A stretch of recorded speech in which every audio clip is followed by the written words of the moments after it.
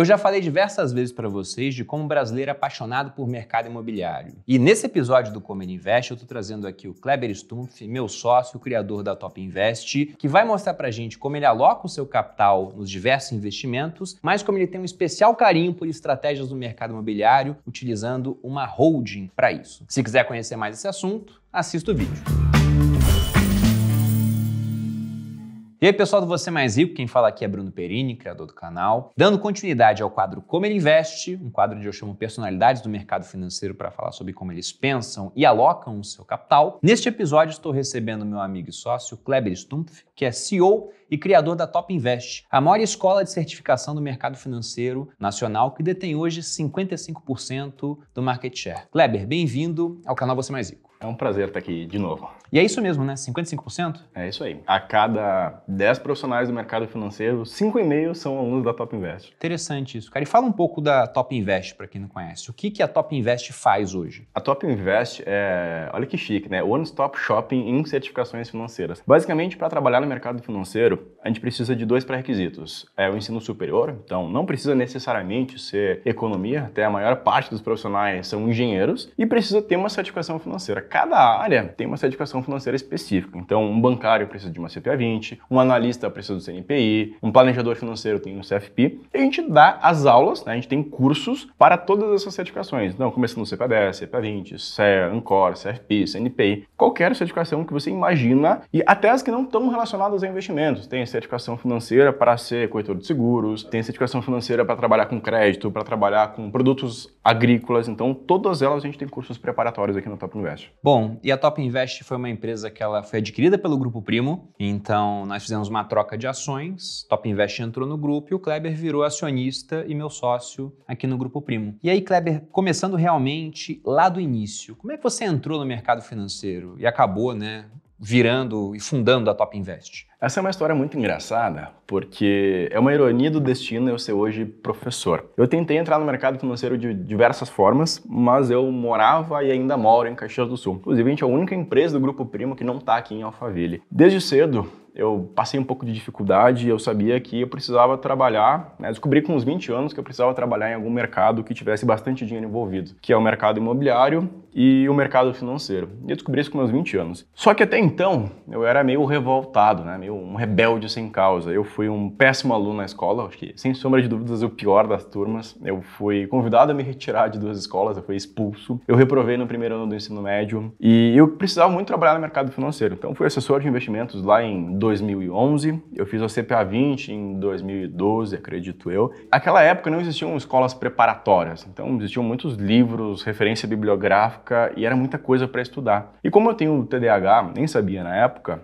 uma forma de eu aprender era ensinar para mim mesmo. Comecei a gravar alguns vídeos para o YouTube. Eram vídeos terríveis, né? Eu bocejava, eu lia slides. Não era a intenção de ficar famoso, era de eu aprender. Só que esses vídeos, como tinha uma demanda do mercado, uma demanda reprimida, foram tomando alguma proporção. Passado o tempo, eu fui regravando, fui gostando dessa jornada de professora. Eu comecei a realmente gostar de gravar, comecei realmente a gostar de explicar as coisas para as pessoas, de pensar em analogias para deixar as coisas mais claras, aulas divertidas, dinâmicas, né? E hoje a única escola que não é de um ex-bancário é a Top Invest. Todos os meus concorrentes são ex-bancários. Eu vim muito por essa jornada de paixão pelo mercado financeiro. E de 2008, né, quando eu entrei, comecei a investir até jornada de 2023, eu fui assessor 2 vezes, fui consultor de investimentos, fiz várias coisas no mercado financeiro e a minha paixão realmente é dar aulas, eu adoro essa parte. Bom, e aí saindo um pouco dessa questão da Top Invest, mas não totalmente, pelo seguinte, hoje na sua alocação de tempo, a maior parte, e eu sei porque eu sou seu sócio, a gente faz reuniões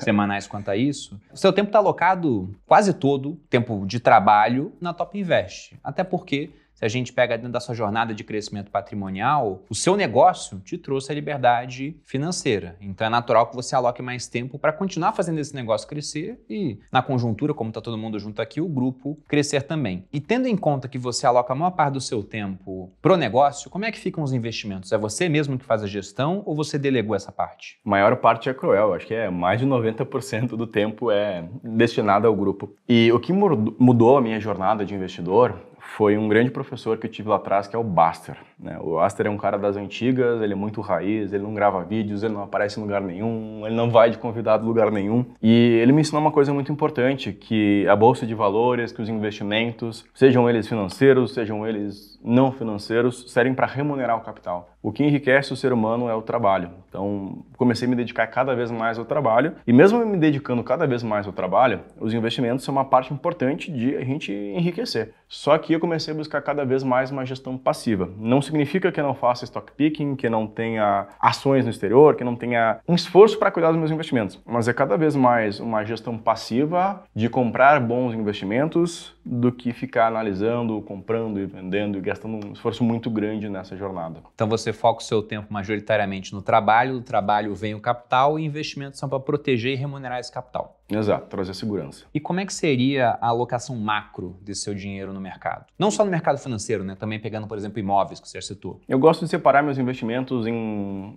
3 montinhos, né? Em 3 potinhos. Tem a parte da renda fixa. A renda fixa, para mim, é muito mais uma reserva de emergência, é muito mais uma reserva de oportunidade, principalmente. Tem a maior parte, que são os meus investimentos não financeiros, então são as ações do Grupo Primo e é a minha holding também. Eu considero de forma separada porque é um negócio, então exige muito mais esforço, exige muito mais do meu tempo. E os investimentos financeiros de fato, onde tem ações, tem REITs, tem renda fixa, tem fundos imobiliários, tem todos os produtos que a gente possa imaginar. Indo então por partes, né? Você citou que o Grupo Primo é uma parte, mas o Grupo Primo também é um negócio no qual você trabalha ativamente. Então você não vai ficar vendendo as ações do Grupo Primo, por exemplo. Na verdade, eu sei, sou seu sócio, eu quero a mesma coisa, a gente quer, na verdade, virar cada vez mais sócio aqui dentro. Mas tratando os outros montes, deixando essa parte da holding que você citou mais para o final. Como é que funciona essa parte com os ativos do mercado financeiro mesmo? Você citou que tem ações, tem ação lá fora. Tem uma alocação macro disso? Tem. A alocação macro é muito parecida com a arca do Nigro. Eu separo em 5 esferas. 24,5% para ações, 24,5% para fundos imobiliários, 24,5% para stocks, ações lá no exterior,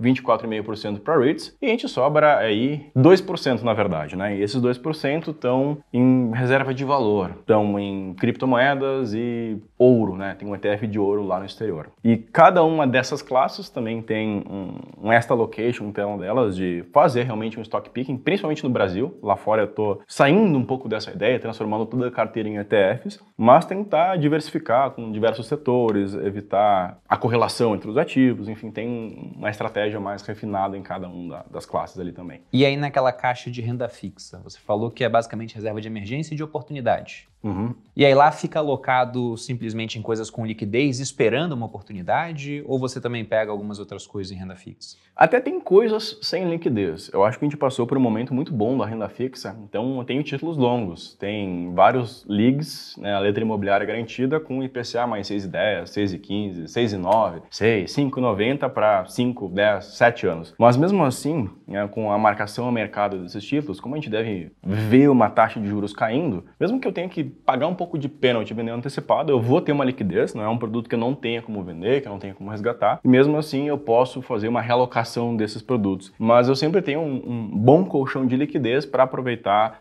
como uma oportunidade mesmo. A gente teve a pandemia, que foi uma grande oportunidade, a gente teve a subida da taxa de juros, que foi muito bom para comprar fundos imobiliários, foi muito bom para comprar imóveis físicos também. Então a renda fixa, a grande oportunidade de toda e qualquer liquidez que eu tenho é alocar em renda variável, né, ativos de risco, quando for o momento propício. Bom, sobre isso eu tenho 2 pontos aqui que eu considero interessantes para quem está assistindo. O primeiro é aquela frase do Warren Buffett, onde ele diz que a taxa de juros, né, está para o preço dos ativos de risco, assim como a gravidade está para a matéria. Ou seja, se eu subir muito a gravidade na Terra, você está puxando os corpos com mais força em direção ao centro da Terra. Se eu subo muito os juros, você puxa o preço dos ativos de risco para baixo também. E nisso caem ações, caem fundos imobiliários e, para surpresa de muita gente, que acha que imóvel só valoriza, o preço dos imóveis cai também. É que ele não está piscando numa tela, mas o pessoal não consegue vender por valores mais altos em momentos assim. Até porque preço de imóvel, embora o aluguel tenha a ver com a renda das pessoas, preço de imóvel costuma ter a ver com condições de financiamento. que ficam piores em momentos de juros mais altos. Na época da Selic a 2%, eu vi gente financiando imóvel com taxa de 7%. E agora essa mesma pessoa, se for olhar, vai estar pagando 11, 12,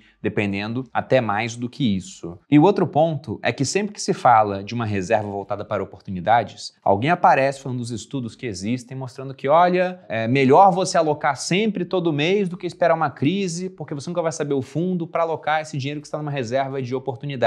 No entanto, vários investidores que eu recebo aqui fazem isso. Inclusive, para quem acredita nesse estudo, fica a minha pergunta, né? Como é que você faz para quantificar as oportunidades que aparecem fora do mercado financeiro? Porque olhar o S&P, beleza, tá lá, o Ibovespa também, mas o imóvel do seu vizinho que ficou encalacrado e está tendo que vender mais barato porque colocou 100% em ações e de repente teve uma emergência. Isso aí não aparece no estudo. E você comentou que gosta de investir em imóveis também, mas chegaremos lá. Antes de entrar na parte dos imóveis, eu tenho umas perguntas sobre a questão da sua alocação, porque um ponto me chamou a atenção. Você disse que aqui você faz esse stock picking, ou seja, você escolhe as ações individualmente e lá fora você fazia isso, mas está migrando para ETFs. Por quê? Exato. Eu até estava anotando as coisas aqui, porque eu tenho déficit de atenção. O Perini vai falando, depois eu não lembro o que era a pergunta, tá?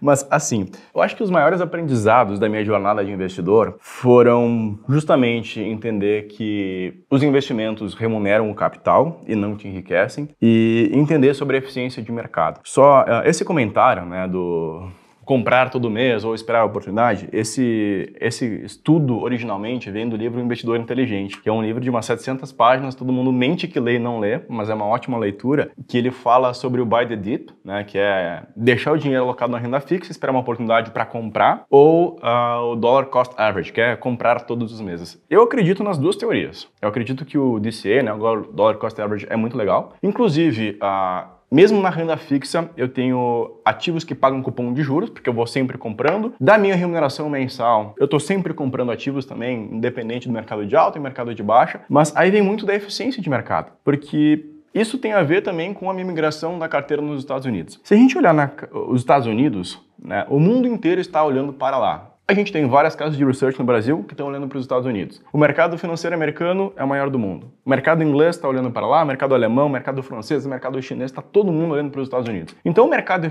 americano, ele é muito eficiente. Se a gente começar a olhar os fundos de investimento que a gente tem lá, os mutual funds, os fundos de ações propriamente dito que tem lá, quase ninguém ganha do S&P 500. Até pela diferença dos índices, né? O S&P 500 é um índice que é qualitativo, então a gente analisa se as empresas têm lucro. Aqui o Ibovespa é um índice estritamente quantitativo, então a gente não olha nem se a empresa tem lucro. Então os critérios, a eficiência do mercado é muito diferente. Como tem muita gente olhando para o mercado americano, é muito difícil de a gente encontrar uma oportunidade de fato lá. Então eu comprar uma ação que vá superar o S&P 500 no longo prazo é uma coisa bem difícil. Então eu acredito que, como está todo mundo olhando, é muito difícil vencer a média, então é mais fácil a gente colocar um produto muito barato como um ETF que a gente paga 0,03% ao ano, que é completamente irrisório. Já no Brasil, é um mercado mais ineficiente. Tem muito menos gente olhando para o mercado de fundos imobiliários no Brasil, tem muito menos gente olhando para o mercado de ações no Brasil, tem muito menos liquidez, o que nos dá algumas oportunidades de fazer um stock picking. Então a minha carteira nos Estados Unidos, aos pouquinhos eu estou migrando tanto dos REITs como das stocks para ir somente para ETFs, e aqui no Brasil eu continuo fazendo stock picking, porque tem ações que é possível ter uma rentabilidade absurda e outras nem tanto, mas é parte da vida do investidor. E se a gente for extrapolar isso, então a gente tem um mercado americano com uma boa eficiência, a gente tem um mercado brasileiro, que a gente pode dizer que tem uma média eficiência. E se a gente for olhar o mercado imobiliário, ele é completamente ineficiente. Não tem uma bolsa que a gente olha as cotações, não tem um jornal de acompanhar notícias de imóveis da cidade de São Paulo, notícias da cidade do Rio de Janeiro, de Caxias do Sul. Então as notícias são muito ineficientes. E as notícias são transparentes, mas nem todo mundo tem acesso. A gente pode ir na prefeitura, por exemplo, falar com o secretário de urbanismo do nosso município. Ele é obrigado a nos receber e ele tem que explicar como é o plano diretor da nossa cidade. A gente tem várias informações de regiões que podem expandir mais, expandir menos. A gente pode saber de obras aprovadas pelo poder público que pode valorizar o imóvel. A gente pode ver um vizinho que está endividado. A gente pode fazer várias ofertas para comprar um imóvel tentando achar alguém que está endividado. Então é muito ineficiente. Essa teoria é muito legal, mas num mercado deficiente. Quando a gente vai para os mercados cada vez mais ineficientes, a reserva de oportunidade começa a fazer muito sentido, porque a gente tem que literalmente ir pescando uma oportunidade até que a gente encontra alguma coisa que não estava no radar. Eu concordo muito com essa ideia, né? Se pega essa hipótese dos mercados eficientes do Eugene Fama, da Escola de Chicago, ele fala basicamente o seguinte, para quem nunca leu sobre isso. Em um mercado onde você tem muitos participantes, muita informação e baixos custos de transação, a ponto do cara poder pegar essa informação nova e mudar de ideia rápido, então os ativos vão tender a estar nos seus preços justos. Sabe aquela história de, uma ação ela tá muito barata. Poxa, mas tá tão barato, por que o pessoal não compra, ela chega num preço que não é tão barato assim, num preço que é o justo? Tá muito caro, então por que o pessoal não vende, ela cai de preço e vai para um preço até o justo? E um mercado muito eficiente talvez já esteja no preço justo. E aí, se você pensa no mercado americano, poxa, metade dos americanos investem, dá uns 150 milhões de pessoas, mas o mundo inteiro olhando para lá. Então vai saber quantas pessoas no final estão olhando para aquele mercado. Só o prédio do Morgan Stanley tem mais terminais Bloomberg do que a Faria Lima inteira somada. Aqui no Brasil, bolsa, 5 milhões. Fundo imobiliário, 2 milhões de pessoas negociando. Desses 2 milhões, eu diria que 1,9 está botando o ranking de dividendos para saber qual que ele compra na hora. Então, se você olha o mercado americano, muita gente, muita informação e custo zero. Se você olha o mercado brasileiro, o custo está tendendo a zero. Tem muito menos gente, tem menos informação e essa informação chegando nessas pessoas às vezes não é corretamente interpretada. Então tem muita oportunidade, mas como você disse, nada é mais ineficiente do que o mercado imobiliário nessa negociação 1 a 1. Porque, vamos supor que durante um dia de pregão, por algum motivo mágico, você pega uma ação lá XPTO3, né, um exemplo genérico, e nesse dia só eu e Kleber negociamos aquela ação. Ela fechou o dia anterior valendo 10 e naquele dia eu vou lá e boto uma ordem de venda a 15 de uma única ação. E o Kleber, porque gosta muito de mim, fala, vou quebrar teu galho. Ele vai lá e compra essa única ação a 15. Se essa foi a única negociação do dia, se foi o preço de fechamento da empresa, toda a empresa, todos os outros bilhões de ações que ela pode possuir, serão reprecificadas. Tava indo 10, agora vale 15. A empresa vale 50% a mais por conta dessa transação que a gente fez. Só que isso nunca acontece no mercado. Se acontecesse, no dia seguinte ia ter um monte de gente olhando, caramba, Perini vendeu por 15 o negócio que valia 10, vou botar para vender por 14, 13, 12, e ninguém queria comprar por 15, porque valia 10 não teve motivo para executar essa ordem. Então, rapidamente, o preço ele caminharia para aquilo que ele deveria ter como o seu patamar. Agora, se é uma negociação de uma pessoa com a outra, a chance desse tipo de coisa acontecer, ficar muito descolado que a realidade, aumenta, como é o caso do imóvel. Tem um cara que é um especialista no mercado imobiliário da cidade dele, de um certo bairro, ele pode saber coisas que os outros não sabem, e aqui eu dou um exemplo que aconteceu aqui em São Paulo. Tem aquele complexo lá na Paulista, que é o Cidade Matarazzo, que foi o metro quadrado mais caro de São Paulo. Chegaram a vender apartamentos lá por 60 mil metro quadrado. Quem sabia que aquilo ia virar um baita empreendimento, já começou a comprar os imóveis em volta, pensando, olha, esse aqui vai valer 60, eu acho que aqui tem que valer mais do que vale hoje, né? Não vai chegar perto, porque é lá dentro, mas como está próximo, tem que valer mais. Então o cara começou a comprar de pessoas que não sabiam o que aquilo ia virar, ou se ia ficar pronto, né? Porque a obra começou lá em 2012, e está acabando agora. Então, de fato, é um mercado muito ineficiente. E você já tinha comentado comigo nos bastidores, mas comentou aqui novamente, da questão da sua holding. Então, o que é uma holding e para que você usa ela? Bom, uma holding é basicamente uma empresa onde a gente coloca todos os imóveis dentro. Existem 2 principais motivos. A gente tem um motivo de proteção patrimonial. Então, para famílias muito ricas, isso é sempre importante para fins de sucessão patrimonial. Então, é uma forma mais barata de a gente passar o patrimônio para os herdeiros. E a segunda forma é o que a gente chama de elisão fiscal, que é basicamente uma forma de a gente pagar menos impostos de uma forma legal. O imóvel alugado na pessoa física, ele vai ser tributado em média em 27,5%. Quando a gente leva isso para uma pessoa jurídica, essa tributação cai para 11,33%. Então, é um ganho de quase 50% de economia em impostos. Então, essas são as 2 principais finalidades de proteção e de redução de impostos, a gente colocar os imóveis numa holding. E aí você criou a sua holding para começar a colocar imóveis lá dentro. Exato. E você pode falar quantos imóveis você tem hoje? Hoje são 18 imóveis e estou à procura de mais, inclusive. Todos em Caxias do Sul? Todos em Caxias do Sul. Isso vem muito da eficiência de mercado, mais uma vez. Poxa, eu venho para Alphaville uma vez por semana. Eu moro em Caxias do Sul há 20 anos. É óbvio que o mercado de Caxias do Sul eu conheço muito mais. E vai da especialização. Assim como você falou da galera que conhece a região ali do Matarazzo, eu conheço muito bem o público de Caxias do Sul. Eu sei o que gira a economia de Caxias do Sul, eu sei o preço do metro quadrado em cada bairro. E eu sou muito especialista também em um único tipo de imóvel. Eu tenho 18 imóveis, são todos eles muito parecidos, são todos imóveis de um dormitório, né? Então tem um dormitório, tem a sala, tem a cozinha, todos separados. São imóveis de aproximadamente 55 metros, 54 metros, todos muito parecidos. e eles são alugados por preços muito parecidos para o mesmo público. São gerentes de lojas, são casais se separando, é um profissional de alta renda que está fazendo um intercâmbio em uma empresa de Caxias do Sul. Então percebe que é muito da especialização. Então eu sei exatamente a que valor eu posso alocar aquele imóvel, eu sei a que valor eu posso comercializar aquele imóvel futuramente, eu sei como que está a demanda desse público por aquele tipo de imóvel e, obviamente, eu sei quanto eu posso pagar para fazer um bom negócio. Então eu tenho uma margem de segurança de 30%, onde um imóvel vale, sei lá, 320 mil, 310 mil reais, eu consigo comprar eles por 250, 240 mil reais, sempre pesquisando, fazendo ofertas, tentando, até que a gente acha algum buraco no mercado imobiliário, né? De novo, ineficiência. Faço várias propostas, algumas pessoas se ofendem, algumas voltam atrás, mas quando a gente acha alguém que está precisando de dinheiro, sai um negócio abaixo do preço de mercado. Bom, então supondo que vale a 320, você compra por 250 e você consegue alugar por um valor um pouquinho mais alto devido ao público-alvo que você tem. Qual seria a rentabilidade que você consegue nessa carteira de imóveis? E já pensando que você tem uma tributação mais favorável na holding, né? Quanto é que daria líquido? Porque eu sei que você gosta de fundo imobiliário também. Dá parecido? Como é que fica? Eu acho que não tem como bater fundo imobiliário, porque a gente é isento de imposto de renda, é um perfil de imóveis diferente. Os imóveis de fundos imobiliários, eu gosto de dizer que a maioria deles são irreplicáveis. São lajes comerciais em lugares únicos em São Paulo, são fundos imobiliários de galpões imobiliários construídos à margem da rodovia, sem nenhum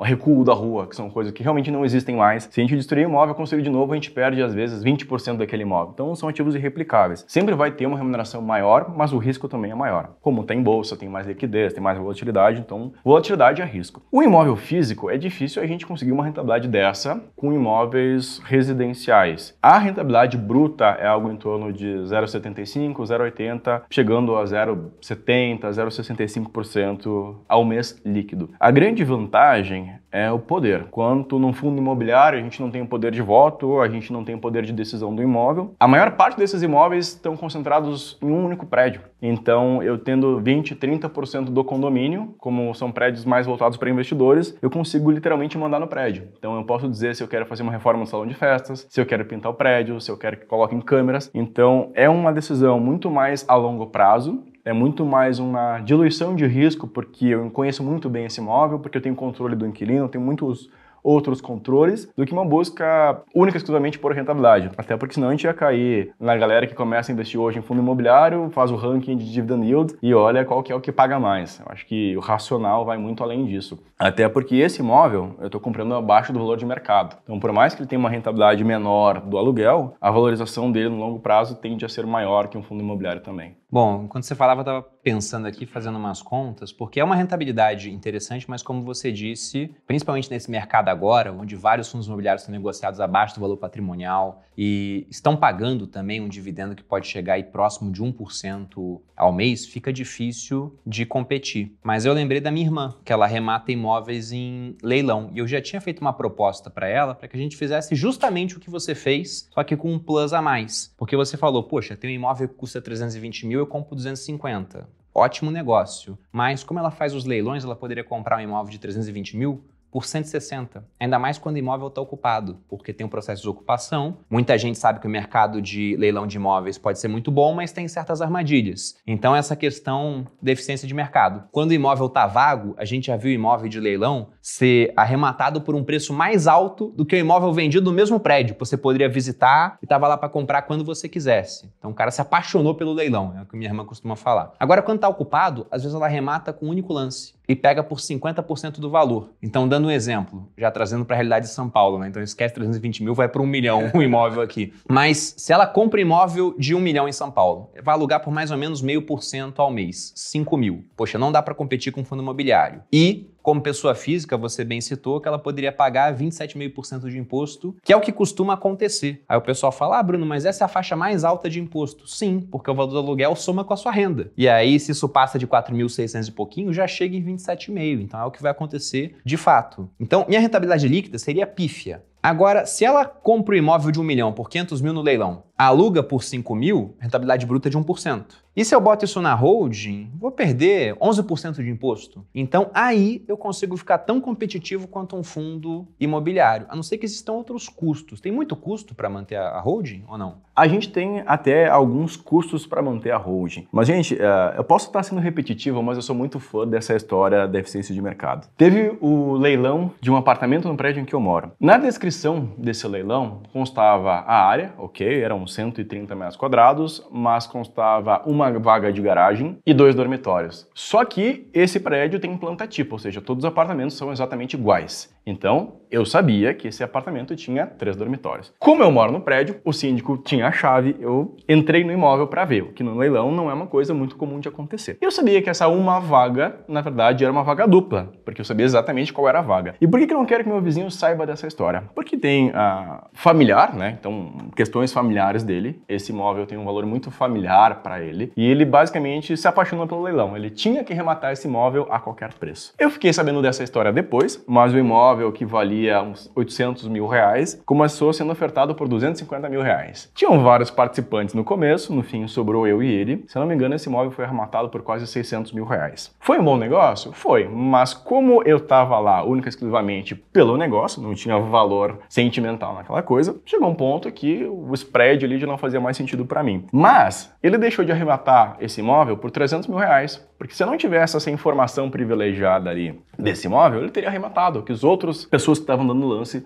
desistiram. Voltando para holding, para ter uma holding, a gente tem alguns custos, que basicamente é o custo do contador. Então ele vai fazer abertura de uma empresa, você vai precisar contratar um contador, um advogado, né? Então depende do seu objetivo. Uma holding para proteção patrimonial é muito importante contar com um bom advogado, que seja especialista em planejamento sucessório. Se é basicamente para fins tributários, um bom contador pode resolver o teu problema, porque é uma operação bem simples. Então você vai ter o custo de abertura da empresa, varia em cada estado, mas não é mais do que R$2 mil, uma taxa única, e mensalmente você vai ter que pagar os serviços do contador. Vai sair em torno de R$1.000, R$400, R$500, depende muito da cidade. Mas a conta básica, que a partir do momento que você tem R$10 mil de receita de locação, a holding imobiliária começa a fazer sentido pela eficiência tributária. É uma forma de proteção e também é uma forma de diminuir os seus impostos, mais uma vez, de forma legal. Isso não é crime, não é nada ilegal, é elisão fiscal, é basicamente um estudo para a gente pagar menos impostos de uma forma completamente legal. Bom, interessante essa parte. Não sei como ficará à luz da reforma tributária, porque afinal a Hold é uma empresa, só que também é uma empresa para finalidade imobiliária, né? Então talvez não mude muita coisa e essa parte de imposto de renda também vai ficar para um segundo momento da reforma. Mas agora já entrando numa parte final aqui, são perguntas que eu faço para todos os empreendedores e investidores que vêm. De mercado financeiro nós não temos só alegrias, também temos tristezas, então eu queria saber qual ativo te deu maior alegria e qual te deu maior tristeza durante seus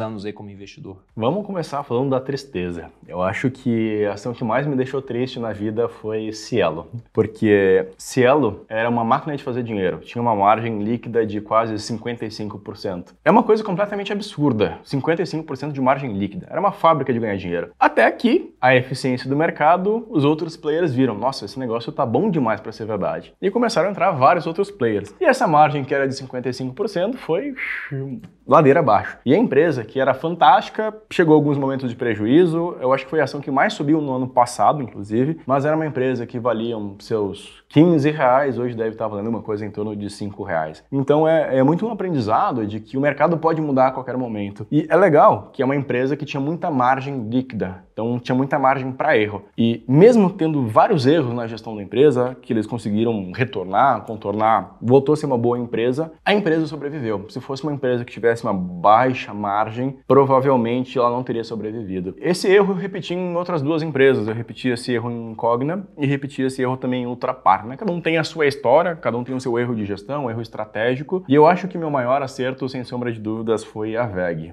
Eu sou muito bairrista, né? O Perino sabe muito disso. Eu gosto muito das empresas do Sul. E a VEG é uma empresa de Santa Catarina, o estado que eu nasci, numa cidade muito pequena do interior, que é muito focada em engenharia, tem vários produtos diferentes. Hoje tem fábricas no mundo inteiro, que ela reinveste muito nela. Então é uma empresa que, por mais que eu tenha pago caro, pensando na análise dos analistas, mas teve um retorno absurdo. Deve ter uma rentabilidade de 400% em VEG nos últimos anos. Bom, então maior alegria e maior tristeza. E livro, cara. que você pode recomendar de leitura para o pessoal que quer investir melhor o seu dinheiro, ou aproveitando que você é um empreendedor também, criou uma empresa que foi muito bem sucedida, a ponto de ser adquirida por um valor bem interessante pelo grupo, né? Você é um sócio relevante aqui dentro. Se quiser recomendar também o de empreendedorismo. Eu acho que tá tudo junto, sabe? Eu penso que o que forma a gente como bom ser humano, como bom investidor, como bom empresário, bom empreendedor, é o senso crítico.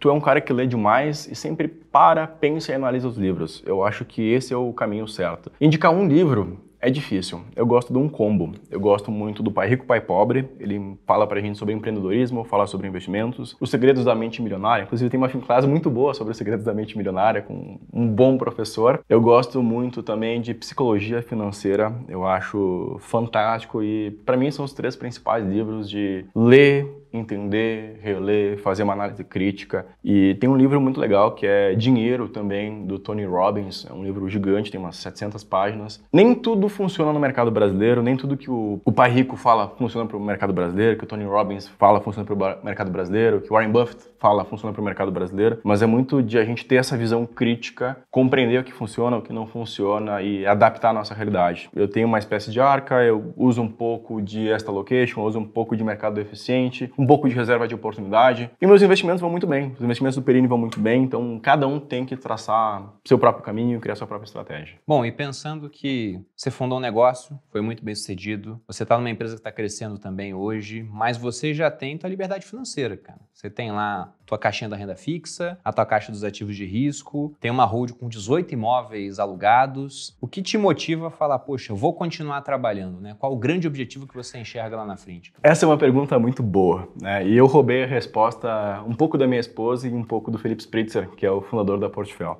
Eu acho que o primeiro é eu quero ser bilionário. Bom. Então, a gente precisa ter uma meta. E a segunda, que minha esposa entendeu muito bem, é que não é mais dinheiro. Por mais que eu queira ser bilionário, para mim é um jogo. Então eu acordo todo dia feliz para vir trabalhar, para dar aula, porque basicamente o jogo foi vencido, né? Eu comecei atrás de dinheiro. E hoje eu adoro o que eu faço. Eu adoro estar aqui gravando, eu adoro vir pro grupo, eu adoro dar as minhas aulas lá, eu adoro falar com os consultores de investimento, falar sobre a minha história. É uma coisa que eu gosto muito. Então, eu sou feliz fazendo o que eu faço. Eu acho que isso é muito importante, mas isso só veio depois de conquistar a liberdade financeira. Então, eu acho que o primeiro goal é realmente conquistar a liberdade financeira e depois fazer aquilo que a gente gosta. Se você já chegou na liberdade financeira e quer continuar trabalhando, é porque você gosta do que você faz. Porque do contrário, poderia sair daquilo e simplesmente fazer qualquer outra coisa ou até mesmo nada, né? Como é a opinião de muita gente. Eu vi um meme outro dia que era assim, um cara falando, quando alcançar a liberdade financeira eu vou trabalhar com o que eu gosto. Nada, vou fazer nada. Vou ficar em casa sem fazer nada. Mas ainda mais para pessoas jovens, né? Seu caso, meu caso, acho que isso acaba não sendo uma opção. E aproveitando também que aqui a audiência é formada, sobretudo por pessoas na faixa aí dos seus entre 25 e 35 anos, para esses jovens que estão nos assistindo, que conselho final você deixaria para quem viu toda essa conversa que nós tivemos aqui no Como Invest? Eu acho que é legal começar a investir o mais cedo possível. Eu acho que a taxa nunca ganha do tempo. Então, quanto antes começar a investir, maiores serão os efeitos dos juros compostos. É uma realidade que ninguém pode mudar. E, principalmente, antes dos 30, tome riscos. Eu acho que o Perini só enriqueceu porque tomou riscos. Eu idem, o Nigro idem, todos os outros sócios aqui do grupo idem. Então, a gente tomou risco para poder enriquecer. Eu tive muita estabilidade de trabalhar com meu pai, eu podia ter herdado o negócio dele, mas é um negócio pequeno, de contabilidade, e provavelmente eu estaria muito longe do que eu tô hoje. Então, eu tomei um risco, eu empreendi, eu trabalhei pra caramba, e recentemente o Nigro postou uma frase, é muito legal, de trabalhe 14 horas por dia e não vai ter problemas. E eu passei por essa fase. Hoje eu ainda trabalho quase 14 horas por dia porque eu gosto, né? É difícil separar a vida pessoal do trabalho, mas na minha época de fundador da Top Invest, sozinho, eu acordava cedo, batia ponto, literalmente, das 8 às 18 no escritório de contabilidade, depois na imobiliária. Eu ia para a faculdade de moto, no inverno, de Caxias do Sul, a 2 graus, sozinho, capa de chuva, paguei todas as vergonhas possíveis com essa história. E chegava em casa, meia-noite, 11h30, depois de jantar, depois de tomar banho, em vez de dormir, eu ia trabalhar. Eu ia gravar vídeos, eu ia blogar. Então é muito de traçar um objetivo e saber onde a gente quer chegar. Quando eu trabalhava na imobiliária, eu atendia proprietários de imóveis que tinham suas holdings, que tinham seus prédios, que ganhavam um monte de dinheiro, podendo fazer nada em casa. E eu olhava para eles e pensava, um dia eu vou ter minha holding, um dia eu vou ter meu prédio, de um dia eu vou ser rico. E uma história legal é que hoje eu tenho uma mãe que depende muito de mim e eu queria, quando eu chegasse aos 30 anos, bem sonho de guri mesmo, poder comprar uma BMW. Eu cheguei aos 30 anos, eu era milionário, eu podia comprar uma BMW, mas eu nunca comprei, porque eu não quis. Mas aquele gol foi atingido. Então eu acho que ter uma meta clara e tomar risco antes dos 30 e trabalhar de fato, né? O que enriquece é o trabalho e os investimentos remuneram o nosso patrimônio. Ótimo, Kleber. Muito bom recebê-lo aqui. E para quem gostou desse bate-papo, como é que as pessoas fazem para te encontrar em rede social, encontrar Top Invest? Deixa aí os links, fala um pouco disso. Podem me encontrar no Instagram, kleber.stumpf. Eu acho que a galera vai deixar na descrição, meu nome é meio difícil de escrever, é com K, inclusive. Mas aproveitem que o meu perfil é pequeno, eu consigo responder todo mundo. E, obviamente, na Top Invest Oficial no YouTube, no Instagram, em todos os canais. E não deixem de nos procurar para trabalhar no mercado financeiro, tem muita oportunidade, o mercado precisa muito de gente qualificada e com sangue nos olhos, com fome de crescer. Kleber, muito obrigado pela presença. É sempre um prazer recebê-lo aqui no canal, também lá no podcast Os Sócios. E, inclusive, fica o meu agradecimento porque o Kleber me deu uma baita ideia, pessoal. Já que eu tenho a minha irmã, que tem lá a parte de leilão de imóveis, colocar isso numa holding para alugar é muito interessante. Então, enquanto a gente conversava aqui, eu estava pensando em criar um novo quadro para o canal. E, inclusive, deixem os comentários se vocês quiserem esse quadro. Pensando em chamar de Banco Imobiliário. A gente cria uma holding para começar a arrematar imóveis. Pensando lá no Brooklyn, no Morumbi, o Banco Imobiliário é muito bem avaliado. Em São Paulo não é mais assim, não, né? Brooklyn ainda é muito bom. No Morumbi também, mas tem outros bairros ali. Mas, para quem quiser acompanhar esse quadro, se manifeste aqui, porque eu falo com a minha irmã e, de repente, a gente tem mais esse assunto, mais esse quadro diferente aqui no Você Mais Rico. Kleber, muito obrigado pela presença. Prazer foi meu. Valeu demais. Galera, não deixem de apoiar essa ideia, porque eu vou levar o Bruno lá em Caxias do Sul, visitar os imóveis locados, tem vários inquilinos que são fãs dele. Eu acho que vai ser um vídeo muito legal. A galera vai ficar... Eu, inclusive, encontrei um no aeroporto. Tava vindo pra cá, ele falou, não, aluga um dos apartamentos do Kleber. Eu pensei, realmente é relevante na cidade, né, cara? Porque encontrar um inquilino no voo, né? Que eu fui em Caxias visitar a Top Invest, então isso de fato aconteceu. Mas vamos ver, se o pessoal quiser, né? Se tiver demanda, a gente provê a oferta. Kleber, brigadão. Obrigado, até uma próxima. E para quem acompanhou, fica também muito obrigado pela audiência. Se inscreva aqui no Você Mais Rico, nos acompanhe nas redes sociais. Um grande abraço e até a próxima.